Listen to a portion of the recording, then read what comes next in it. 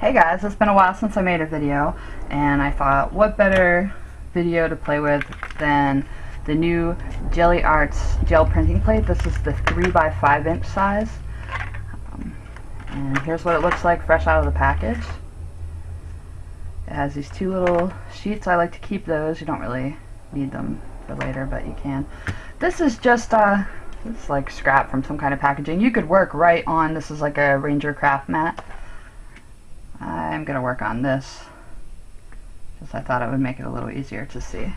And then you need a brayer. I thought this size would work, but I also have a bigger one, so I'm going to experiment. The way I set up my station, I have my Gelli plate right in the middle. Don't need that right now. This is my palette, freshly cleaned. I have some paper towels off to the side here. And then this is just a stack of cardstock. I like to use a little bit thicker, and I use this for cleaning off the brayer, and then I actually use that later to make more prints, but for now it's just to clean. You can use any kind of acrylic paint. This is what I have. This is my basket.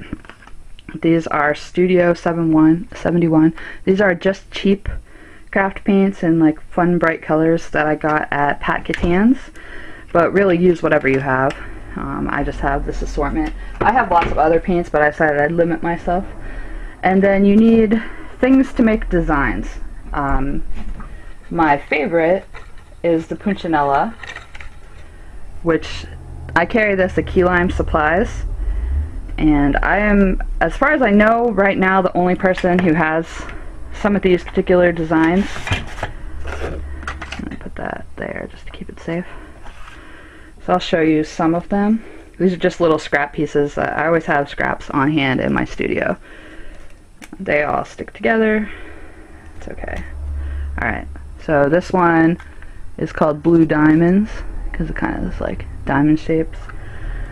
I call this one Lemon Slices because it looks like those little fruit slice candies.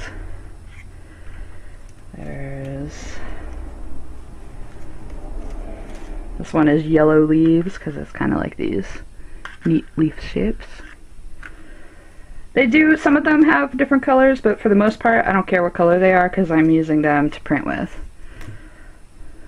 This is Hot Pink Eggs is the name of that design. This is the Purple Long Grid. I like this one a lot. And when you buy them, they usually come in a 12-inch piece unless you get the sampler, which has 6-inch pieces. As I said though, these are just scraps, and you can cut them, you cut them really easily, so you can make them whatever size you want. This one I like a lot. This is the Silver Maple Leaves. I like this one a lot for jelly printing, though I haven't used it with a small plate yet, so we'll see how that goes. This is Pink Opals.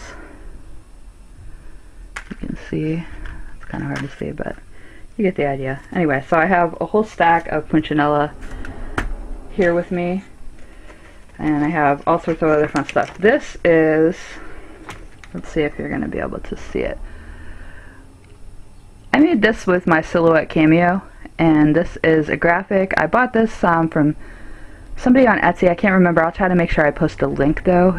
They use graphics, and then I used it to cut. This is just like clear acetate by Graphics to cut this stencil out. And then I also somewhere have the mask, like the inside part of that I use differently. These are, I think these are Tattered Angels. So this, kind of hard to see. That's a tree. That's definitely Tattered Angels. These I'm not sure. I tend to buy them and then throw away the packaging and forget, but I kind of collect these. These are some that I haven't used yet, so I thought they'd be fun to play with today. This is a very well used henna hand stamp, or like you would put this on a hand and it is supposed to make like the shape of henna. I find that it's really cool for doing prints. I don't know if I'll use all of these in this video, but I'm just showing you some examples. This is another, I think this is from Christy Tomlinson from Scarlet Lime. I think that's her design. These are some Crafters Workshop templates. Again, these are well used. I don't really clean these as I use them. Just to give you an idea of some stuff you can use. These are, if you buy a starter kit, you get some foam, and people ask me, what do you do with the foam? Here's what I do. This is just some scrap cardboard. I don't know what this was from. And then I just use tacky glue and cut craft foam to make stamps. So these are some new ones that I have. And you could use these with anything, but I thought they'd be great for jelly plates. I like this one a lot.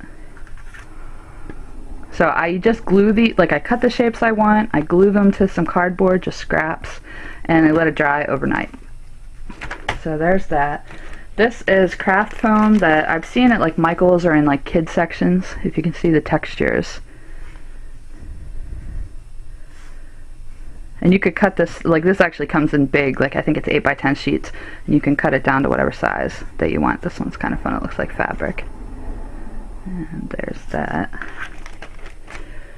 What else do I have? You can use just regular old bubble wrap to make some impressions. This I've had in my stash for a while. It says it's plaid decorating tools, and it has different size teeth on each side. It's made out of rubber, it's flexible, and you can use this to kind of like make shapes and lines. This is just the top of a spatula that I got at the dollar store, and I thought that this would be fun for like making shapes, dragging paint, etc. These are just, oh, it doesn't have a label anyway. These are craft foam popsicle sticks. They're really flexible, but again, I thought that they would be fun for like making shapes. This is another well-used tool. This is a wood graining tool. And you can use that, you know, to make like, I haven't really mastered the wood grain texture from this, but theoretically you can make a nice looking wood grain using this. These are just some plastic canvas. These were pre-cut into circles. I think I paid $1 for a pack of a bunch of them. You can rip that off if you want to, or whatever. These are ones I haven't used yet. You could cut these too if you wanted to.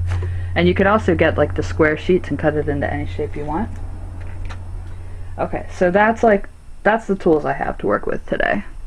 Now what I'm going to print on, you can really print on, oh, there's the other part of that mask that I showed you earlier. You can print on really whatever you want. This is just regular computer paper that I cut into quarters. I have 2 different sizes of tags. These are actually inventory tags that I have listed at Key Lime Supplies. And these are smaller manila tags. These are library card catalog tags. Again, these are from inventory at Key Lime Supplies. I thought these were fun, and they're like just about the perfect size. These are library notice cards. I thought those were kind of neat. And these are vintage Chinese character flashcards. I thought I'd just see how those turn out. One of my favorite things to work with, dictionary pages. I like vintage dictionaries. The paper is really thin, and I cut the pages into quarters so that I have a whole stack next to me, because once you start printing, you just want to keep going. And this is some deli paper. Again, just cut down to size. And what's cool about this is when you glue it onto something, it becomes translucent. So it doesn't look really translucent now, but it will be once it gets dry with glue. I have some Arts Trading Card blanks. And then finally, I thought it'd be fun to print directly in a brand new journal. We'll see how that works. But that's the main reason I was interested in these jelly plates, is because I thought it could be directly in a journal. So this is just a little journal. I don't have these listed yet, but I do have them available if you are interested. And it's a nice, like, thick kind of textured paper too, so we'll see how that goes. So anyway, I'm just going to start printing. You probably know the basics, so I'm just going to make a video and see how it goes.